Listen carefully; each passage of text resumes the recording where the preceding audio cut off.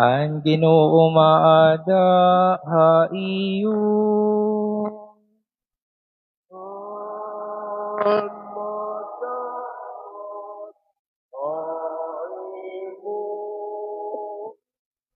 Pagbasa ti Kang Santos nga Ebanghelyo sumala kan San Mateo.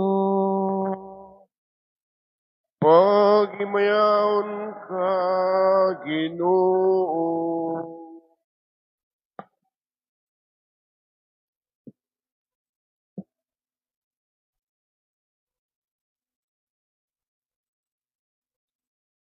Niyan, kinadto Jesus hakatunaan hiranihan bungtuhan si Caesarea Filipo.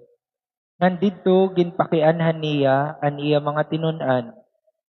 Sumalahan siring han mga tawo, hinuman kuno an anak han tawo.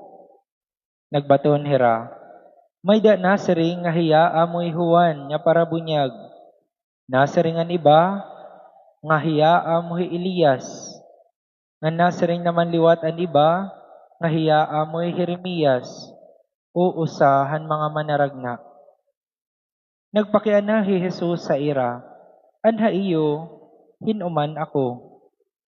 Binato ni Simon Pedro, ikaw amo an Mesiyas, an anak han Dios nga buhi.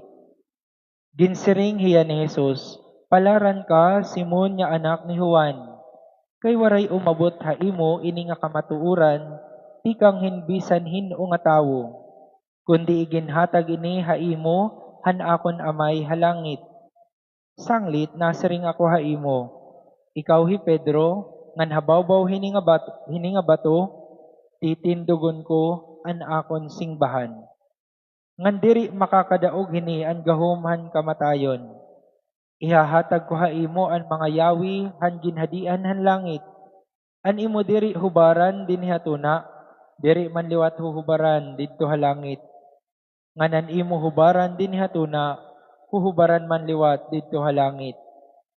Niyan, gintugon ni Jesus an iya mga tinun-an nga diri magsumat bisan kan kanay nga hiya amo an Mesiyas.